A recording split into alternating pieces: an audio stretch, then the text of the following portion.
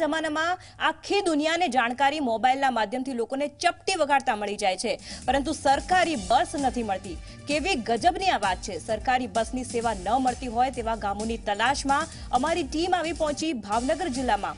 આમ તો આ જિલ્લાના ઘણા ગામોને હજુ સરકારી બસની સેવાનો લાભ નથી મળ્યો, પણ બે એવા ગામ છે કે જેની સ્થિતિ વધુ કફોડી છે, અને આ બે ગામ છે પાળિયાદ અને દેવળિયા। આ બંને ગામોની વસ્તી છે 2000। બંને ગામોમાં વર્ષો પહેલા એસટી બસ આવતી હતી, પણ બદલાયેલા સમયની સાથે એસટી બસ પણ બંધ થઈ ગઈ। પરિણામે વિદ્યાર્થીઓને સાયકલ લઈને અને મોટેરાવને છકડામાં બેસીને અને દર્દીઓને પ્રાઇવેટ વાહનો બાંધીને ભાવનગર જવું પડે છે।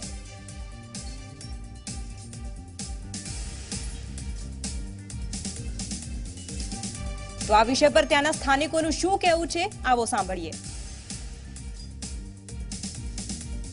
દેવળિયામાં તકલીફ સાહેબ એસટી બસની છે, કારણ કે અમારે છેલ્લા 20-25 વર્ષથી એસટી બસ નથી આવતી, અને એસટી બસની મેં રજૂઆત કરી હતી વલભીપુરની માલપા। તો વલભીપુરમાં અમને એસટી બસ આપી હતી, સરકારશ્રીએ અમારી વાત માની હતી, પણ કારણ કે વલભીપુરમાં અમારે કોઈ જરૂર નહોતી, અમારે જરૂર છે ભાવનગરની, કારણ કે ભાવનગર અમારા જવાવાળા છોકરા હીરામાં કામે જાય છે, એટલે વધારે અમારે ભાવનગરની જરૂર છે, એટલે અમને ભાવનગરની બસ ચાલુ કરી આપે તો વધારે સારું સરકારશ્રીને। 3-4 વર્ષથી બસ આવતી નથી। અમારે ભણવા ખાતર બહાર અપડાઉન કરવું પડે છે। વલભીપુર 14 કિલોમીટર થાય છે। સાયકલ લઈને અમારે વરસાદમાં પણ બહુ તકલીફ પડે છે।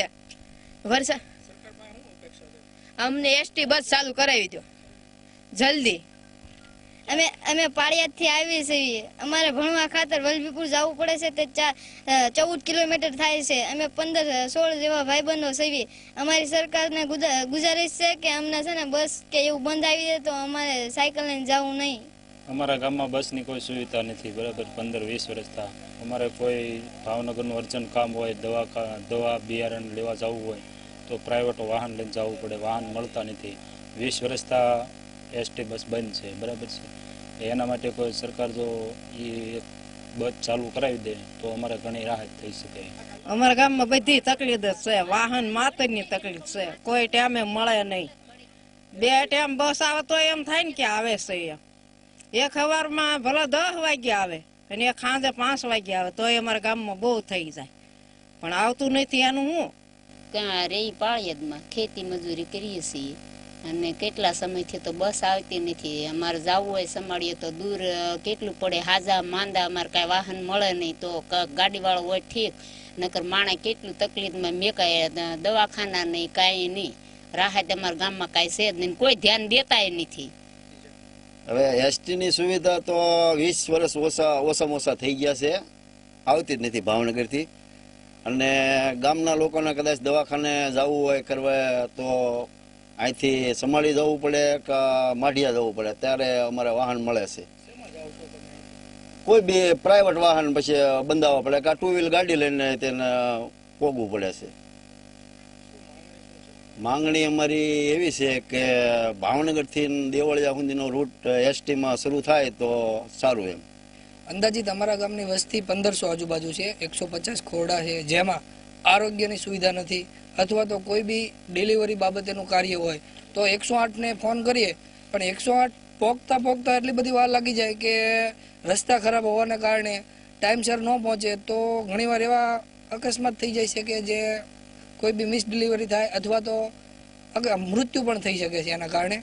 અને પરિસ્થિતિ ઘણી બધી ગામમાં એટલી બધી છે કે ગામમાં આરોગ્ય ન હોવાથી બાજુના ગામમાં જવું હોય તો કાં બાઇક લેવી પડે અથવા તો પ્રાઇવેટ વાહન બંધાવવું પડે। અને બીજું કે અહીંથી જેટલા બધા યુવાનો છે જે હીરા ઉદ્યોગ સાથે સંકળાયેલા છે અને તેને રોજગારી મેળવવા માટે પોતાના પ્રાઇવેટ વાહનોમાં જાય છે। જો એસટી અમને ફાળવવામાં આવે ભાવનગરથી દેવળિયા સુધીમાં અંદાજિત 25 થી 30 કિલોમીટર છે, અને એના હિસાબે જો શરૂ થાય તો દરેક અહીંના યુવાનો પોતે અપડાઉન કરી શકે છે અને સારી એવી રોજગારી મળી શકે છે। ઘણીવાર એવું બને છે કે પોતે તો જતા જ હોય, રસ્તા ખરાબ હોવાને કારણે, ચોમાસુમાં વરસાદ હોવાને કારણે તો ટાઈમસર ન પહોંચે તો ત્યાંથી પોતે પાછા આવે છે અને રોજગારી મળતી નથી, જેના હિસાબે એના ફેમિલીમાં ઘણીવાર મોટા પ્રશ્નો ઊભા થાય છે। આવું બધું ઘણું બને છે।